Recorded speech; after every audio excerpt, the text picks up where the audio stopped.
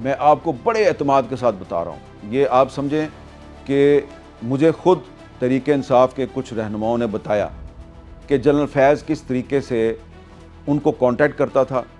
ایک نمبر تھا ان نون، اس نمبر سے کانٹیکٹ کرتا تھا کہ آ کے مجھے ملو. ایک خفیہ مقام پہ ان کو ملتا تھا اور ان کو ڈکٹیشن دیتا تھا کہ آپ یہ کریں، آپ یہ کریں، آپ یہ کریں. تو 9 مئی جس میں کہ تحریک انصاف کو نقصان ہوا، اس کا ماسٹر مائنڈ جنرل فیض تھا.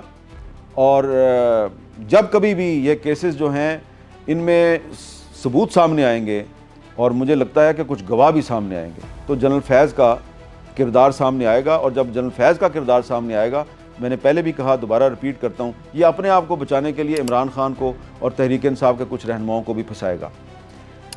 اب آپ یہ دیکھیں گے یہ ڈبل گیم کا کتنا بڑا بادشاہ تھا کہ ایک طرف تو یہ 9 مئی کے ذریعے، یہ 9 مئی کی جو سازش ہے اس کے ذریعے فوج میں بغاوت کر کے تو یہ چاہ رہا تھا کہ اقتدار پہ قبضہ ہو جائے اور یہ پاکستان کا سربراہ بن جائے. اس نے عمران خان کو لے کے نہیں آنا تھا. اگر عمران خان صاحب سمجھ رہے تھے کہ جی یہ میرا وفادار ہے تو وہ بالکل غلط سمجھ رہے تھے.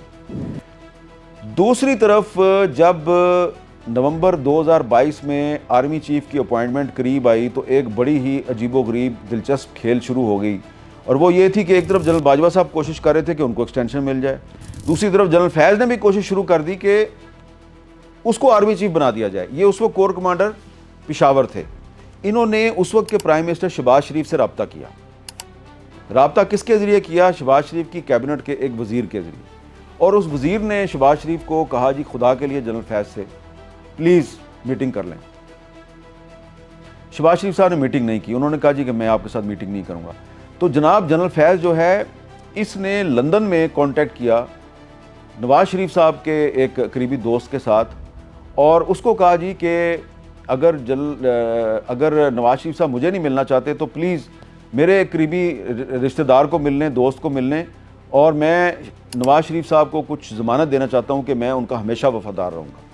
یہ دیکھیں یہ دوغلے پن کی انتہا ہے کہ ایک طرف آپ عمران خان کو یقین دلا رہے ہیں کہ میں تمہارے ساتھ ہوں، ایک طرف آپ تحریک انصاف کو اپنے مقاصد کے لیے استعمال کرنے کی کوشش کر رہے ہیں، اور دوسری طرف آپ مسلم لیگ نون کی قیادت کو بھی بیوقوف بنانے کی کوشش کر رہے ہیں کہ جناب میں آپ کے ساتھ ہوں.